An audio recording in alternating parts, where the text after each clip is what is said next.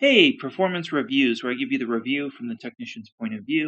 And if you're not familiar with my channel, I'm a seasoned vacuum tech who also does reviews and repair tutorials here on YouTube and in real life. This gives me a different perspective than you usually see when talking about vacuum cleaners. And today we're going to talk about the V11. I'm sorry, we're going to talk about the V15. Looks just like the V11 though. That's because it's basically the same machine and they've added some bells and whistles that are probably pretty useless and pretty bad from the first look, so we're going to talk about that. So I think the first thing we're going to talk about is the Dyson V15 uses the same filter as the V11, which was hard to maintain because you had one filter you could wash and one filter you couldn't wash, and they were basically clipped together. So you end up just changing the filter every 6 months, which kind of defeats the purpose of a bagless vacuum, right? If you're having to change the filter. I know they say not to change it, but that's the reality of these things. They only take so many washings before they degrade.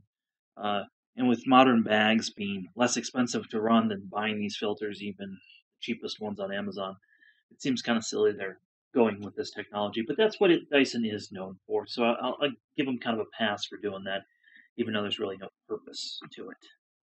The next thing I wanted to talk about is the overall size.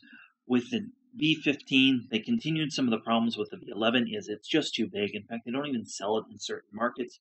There's a newer machine we'll talk about a little bit later in the video that they basically had to come out with because it got too fat. And this machine is not meant to be serviced or repaired. As you see in this video, I've gone further than you normally would. And Dyson themselves state these products have a 2 to 4 year lifespan, which is really ridiculous because there are products that are half the price that have 5, 10, 4-year warranties. So the fact they only offer a 2-year warranty lets you know that this does have a very limited lifespan compared to the rest of the market. The other thing that limits life with Dyson is that they're made in Malaysia. They're not actually made in a first world country, despite James Dyson being from Britain.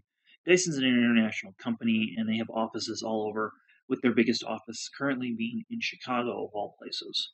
Now, what I have up here on the screen is a wonderful hard floor tool that Dyson made for a very limited time. And they still make it in certain markets, but it's not really available in the US anymore. But this hard floor tool is simple, it doesn't rotate, and it picks up wonderfully on hard floors, and it maneuvers very well. So they've had this tool for quite some time. So imagine my shock when I saw they went backwards to a rotating brush design which can kick debris around. Also, then they added a dirt sensor to it. Now, anybody over 30 remembers dirt sensors on vacuums. They were really popular in the 90s and early 2000s, so it's really funny that they brought back this dated technology in the form of just a light flashing in front of the vacuum, which I have to admit is very simple compared to some of the more sophisticated dirt sensors of the past. So now I've explained a little history for those who haven't remembered it or weren't alive. Adding a light or dirt sensor to a vacuum isn't exactly innovative. Now, this data collection device is interesting because what they are doing is monitoring how much dirt you're picking up and able to get data. And I would imagine at some point they'll have this hooked up to the internet. But there's no release officially that there's going to be an app or anything like some of the other vacuum cleaners. Now, Dyson does certainly come up with interesting names. Calling a tool the screw tool is maybe lost in translation a little bit. But it's interesting they came up with this thing because their previous smaller rotating brush tool was quite good on stairs and sofas. I really had no complaints about it. So I'm really surprised when they redesigned it. It does look a little bit less expensive to manufacture, though, looking at how this comes apart. What's really funny also is Dyson announced how many quote-unquote air watts the machine has, and it's an anemic 230. Typically, machines under 300 air watts are considered rather anemic and low suction machines.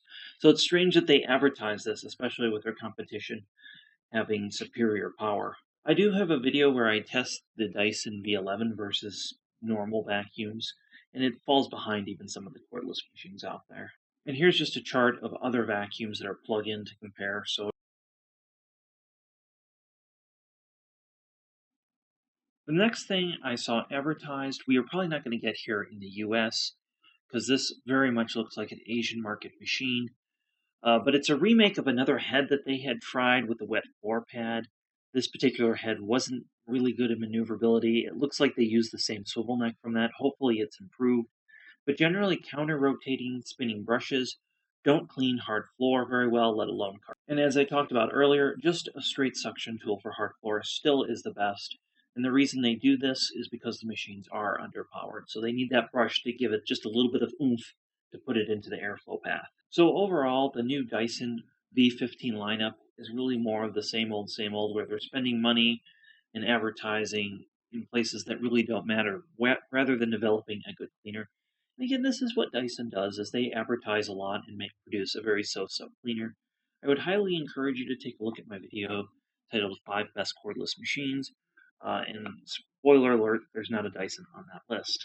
What I did have on that list were some of the leaders of cordless vacuum technology, which again, Dyson has kind of fallen behind now when we have machines like TTI, Henry Cordless, Lindhouse, that are just better overall cordless designs and blow Dyson out of the water still. Consider subscribing to Performance Reviews. Hit that bell notification so you don't miss our latest videos. We do a Q&A live stream once a month, so don't miss that this Saturday. Thanks for watching and have a great day.